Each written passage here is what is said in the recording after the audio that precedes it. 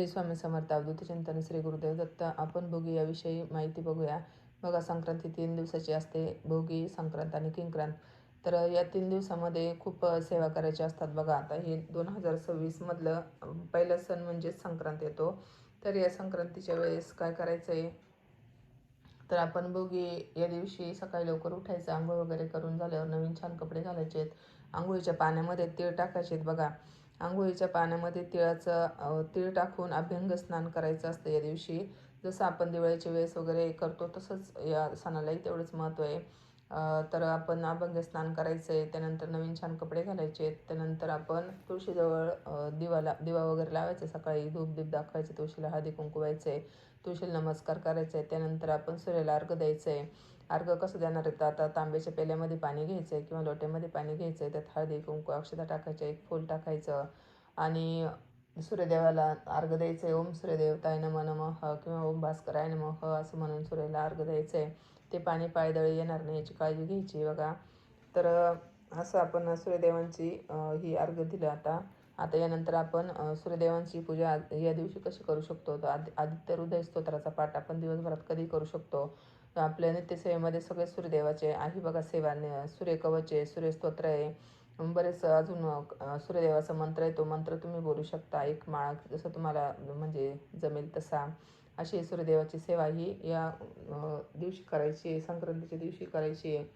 तर या दिवसापासून उत्तरायण चालू होतं. तर या दिवशी म्हणजे या महिन्यामध्ये सूर्याची सेवा ही करायची असते. तर आता बघा, भोगीच्या विषयी माहिती बघूया आपण. तर भोगी या दिवशी काय करतात, तर आपल्याकडं म्हणजे मिक्स भाजी करतात. बघा, मिक्स भाजी म्हणजे कशी, तर सगळ्या भाज्या ज्या नवीन शेतामध्ये आलेल्या असतात त्या भाज्यांचं आपण सगळं एकत्र करून त्याची भाजी बनवत असतो. आणि ज्वारीची किंवा बाजरीची भाकरी तीळ लावून आपण त्याची भाकरी करत असतो. असं हे नैवेद्य हा देवाला दाखवायचा असतो. तर भोगी म्हणजे काय, तर भोगी हा शब्द कसा आहे बघा, भोगी हा शब्द कसा आहे, तर आनंद घेणारा वा उपभोगणारा. या दिवशी काय करतात, म्हणजे आनंद उपभोगायचा असतो. तर असा नैवेद्य दाखवायचा आहे. नंतर तुम्ही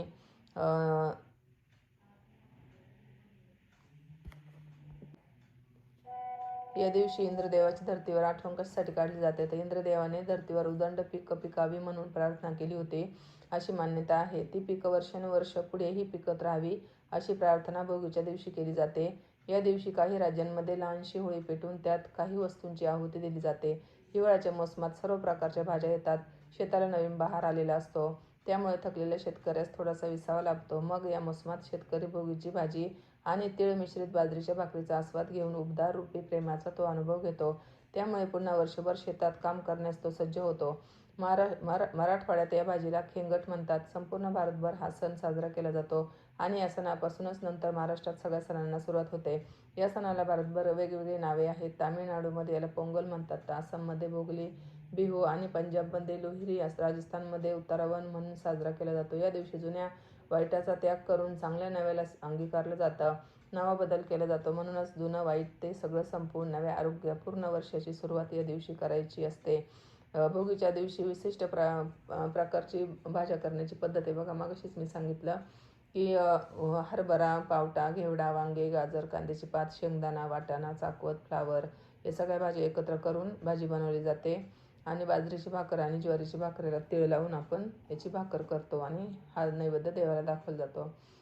तर या दिवशी आवर्जून एक गोष्ट करायची. बघा, सकाळी करा किंवा संध्याकाळी करा, तुम्ही एक कणकेचा दिवा बनवायचा. या दिवशी आपल्या पितरांची सेवा केली जाते. बघा, पितरांचा हा दिवस आहे. संक्रांत आणि भोगी हे 2 दिवस आपल्या पितरांची सेवा करायची असते. तर आपण सकाळी पितृस्तोत्रही बोलू शकतो. बघा, आंघोळीचं झाल्यावर नंतर जेव्हा आपण सूर्यदेवाला अर्घ द्यायच्या आधीही आपण पितरांची सेवा करायची असते. पितृस्तोत्र वगैरे आहे आपल्या नित्यसेवेमध्ये दिलेलं, ती पितरांची सेवा करायची असते. आणि आता एक दिवा लावायचा कणकेचा, त्यामध्ये तिळाचं तेल असेल तर चांगलं, जे तुमच्याकडे तेल असेल ते तुम्ही वापरू शकता. एका वातीची 2 वात करायची आहे आणि तो दिवा लावायचा आहे. बघा, दक्षिणेकडे तोंड करून, नैऋत्य दिशेला दक्षिणेकडे तोंड करून तो दिवा लावायचा आहे. त्यामध्ये काळे तीळ टाकायचे आहेत आणि पितरांच्या नावाने तो दिवा लावायचा आहे. तुम्ही पितरांचा म्हणजे मंत्रही बोलू शकता. ओम पितृदेवताय नमः असं बोलून तुम्हाला जेवढं जमेल तेवढं तुम्ही बोलू शकता. 11 वेळा बोला, 21 वेळा, 51 वेळा. सकाळी लावा तुम्ही. आता जे ताई दादा कोणी कामावर जाणारे असतील त्यांनी संध्याकाळी पण लावलं तरी चालेल. दरवाजाच्या बाहेर दक्षिणेकडे तोंड करून लावायचं आहे. त्यात काळे तीळ टाकायचे थोडेसे आणि पितरांसाठी हा दिवा लावायचा आहे. आपण या दिवशी पितरांची आठवण काढली जाते. तुम्ही पंचमहायज्ञ करू शकता. बघा, रोज पंचमहायज्ञ केल्याने आपला पितृदोष कमी होत असतो. तर तुम्ही पंचमहायज्ञ आपण करायचं, त्याला जास्त वेळ काही लागत नाही, 2-3 मिनिटात सगळं होऊन जातं. त्यामुळे तुम्ही पंचमहायज्ञ करू शकता. गाई जवळ असेल तर गाईला तुम्ही चपाती देऊ शकता.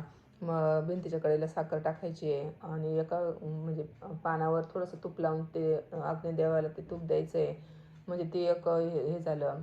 असे कुणी आपल्या घरी आलं तर त्याला चहा पाणी वगैरे द्यायचं आहे आणि कावळ्याला घास टाकायचा आहे. एवढा हा साधा सोप्पा असा यज्ञ आपण करू शकतो घरच्या घरी.